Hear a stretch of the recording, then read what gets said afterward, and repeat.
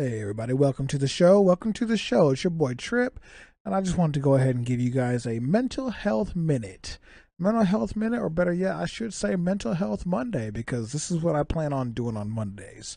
Give you guys a quick insight into the mind of the veteran and just kind of what's on my mind talking about mental health, PTSD, the stigmas that come with it, and also how we can alleviate the stigmas in the future, and to be honest with you, how we can make a better community. Officially, this is On Our Day's Work. Trip, signing on.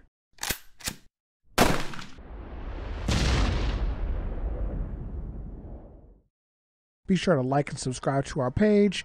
Everybody go ahead and get your merchandise. Check out allonourdays.com. But if you could, please go ahead and share this video, like and subscribe, and click that bell. That way you can get notified of all the videos that we plan on doing here in the future. Mental health. Let's talk about it.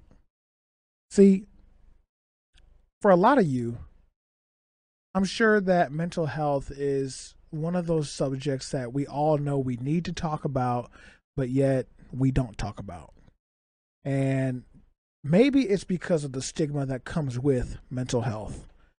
You know, we have the stickers, we have the hotlines, we have all the resources and things out there when it comes to mental health, but having that conversation, just getting into that deep conversation about mental health and how it affects so many different people.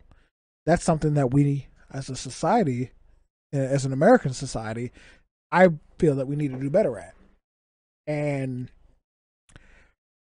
you know, with somebody that has PTSD, has the crisis and has been through it, you know, what I've learned in my experience is talking about it with somebody that you can trust is more beneficial than keeping this stuff bottled in. Okay. Quick, story about me. I served 2 tours in Afghanistan, 9 years active duty, as a combat engineer, and just even during my first tour in Afghanistan, we experienced some things that a lot of other people didn't really get a chance to experience and really shouldn't have to experience if they're lucky. But we did. We experienced it. We went through it and we dealt with it. And dealing with, just deployment by itself, dealing with combat, dealing with being in a foreign country, all these things start to take a toll on the mind. And, you still have your family and friends back home that you're not able to really communicate with. You're not able to help out the way that you used to. You're not able to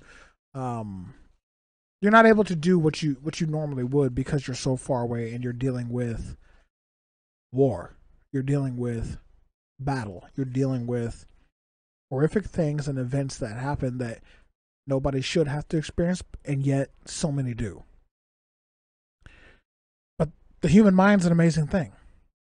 You're able to go through these situations. You're able to go through these horrific experiences and continue to put your pants on, grab your rifle, and keep charging forward, for the most part.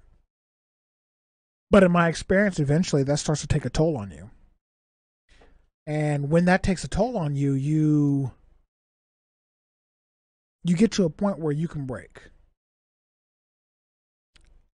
And what I want to do is to try to recognize some of those, what's the word I'm looking for?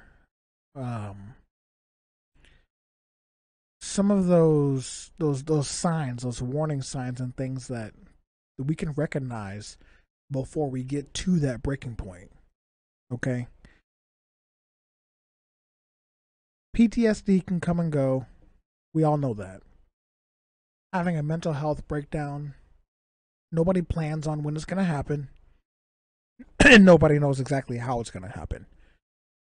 But there are typically signs and things like that we can look for that will help us alleviate that that breakdown. So I want to give you guys a couple quick tips, or better yet, just some of the warning signs that you might not be aware of at this current time, and maybe you are.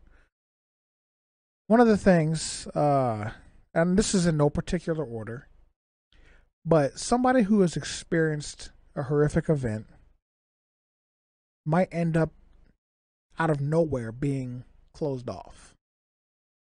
What do I mean by closed off? Well, their normal behavior prior to the event, or even somewhat after the event, was social. They're joking, they're laughing, they want to be around people. In some instances, they're the life of the party. And now you notice they're kind of drawn back. They're kind of closed off. They're kind of not wanting to be around anybody. And they start to get more and more quiet. They're not hanging out with the group. These are definitely some of the things that happen because they're dealing with. It could be survivor's guilt. It could be the idea that they had to take a human life, or maybe they saw somebody close life get lost.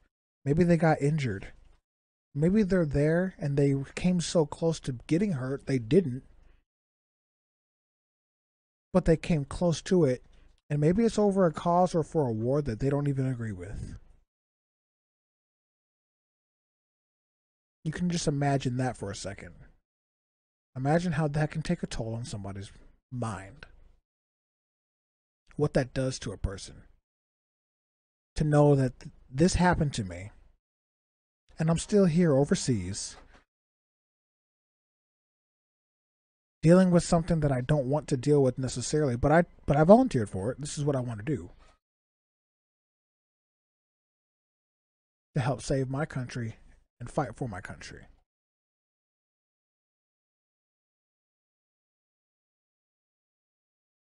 It starts to eat up at you. And after a while, you know, we end up losing people that we didn't need to lose because we ignored those warning signs. So when someone starts to withdraw themselves from the crowd and from the group, make sure you talk to them. Listen to them. A lot of the time, they just want to talk about what they experienced and how it affected them. But one of the main reasons that people don't talk about it is because they're afraid of the stigma that comes with it. You know, for the longest time, I didn't want to talk about PTSD because I was afraid of the stigma that comes with that.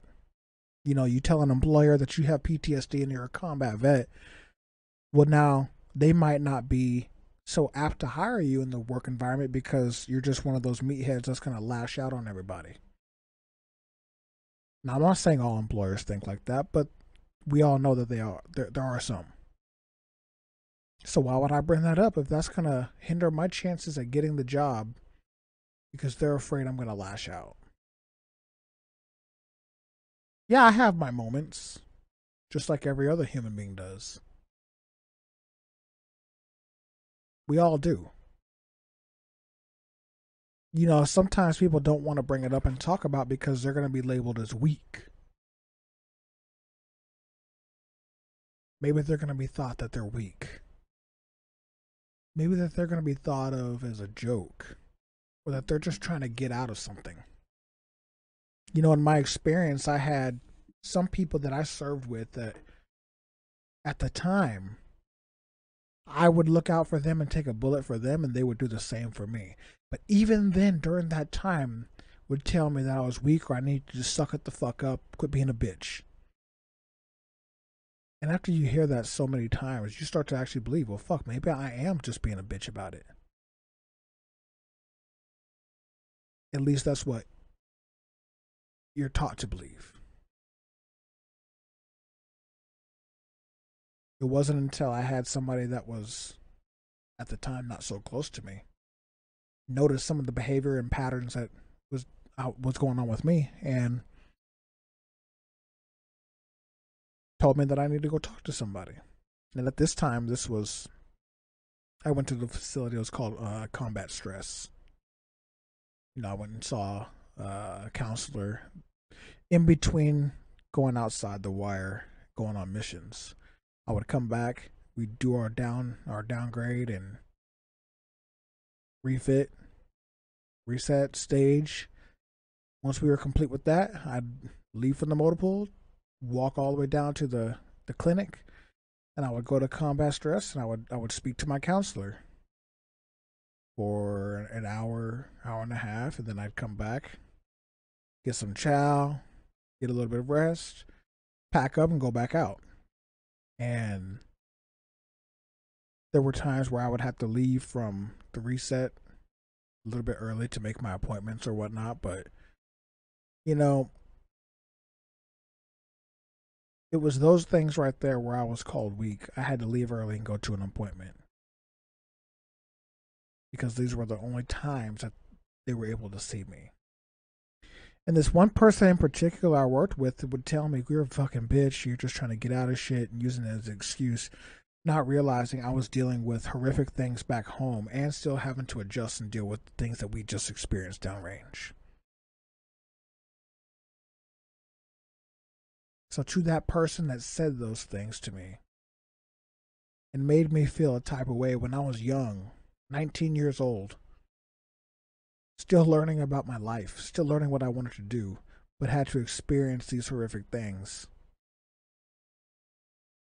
I was mad at this individual for the longest time, but I know that it's been eating up at me for no reason.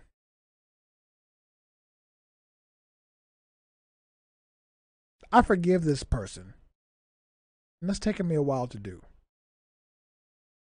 I'm not going to say his name, but he knows who he is. He's from Boston. And I'll never forget him. But I do believe it was the negativity from that individual that made me stronger and the person that I am today. Or at least it helped.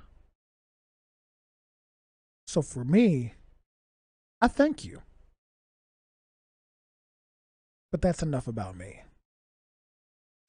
I just want you guys to understand that there are times where people are going to go through something that they don't know how to adjust and how to deal with. And that's okay. It's okay. Seek the help. Be that change. Be that person that they can talk to. Because sometimes all it takes is just being a listening person, having that listening ear. And you might be able to save a life. Next week, I'm going to go ahead and give you guys different tips and stigmas. I'll bring up some results. I'll bring up certain ways that you can help, and then I'll deal with some coping techniques. Now, I do want to give you a disclaimer. I am not a mental health professional. I'm not a counselor, and I'm not a psychiatrist. But I am somebody who has dealt with and experienced these things. And I'm going to give you guys some of the tips and tools that I used to help get me through my battles. So stay tuned every Monday for another Mental Health Minute on Mental Health Mondays. Be sure you guys like and subscribe if you guys like these videos. Please tell everybody about them. We're here for you guys. So click that bell. Be notified every time we do a video. It's going to help us out. Check out allinnerdays.com. Go ahead and get your merchandise. Yeah, right there. allinnerdays.com. Remember, we're here for you, and we want you guys to stay safe.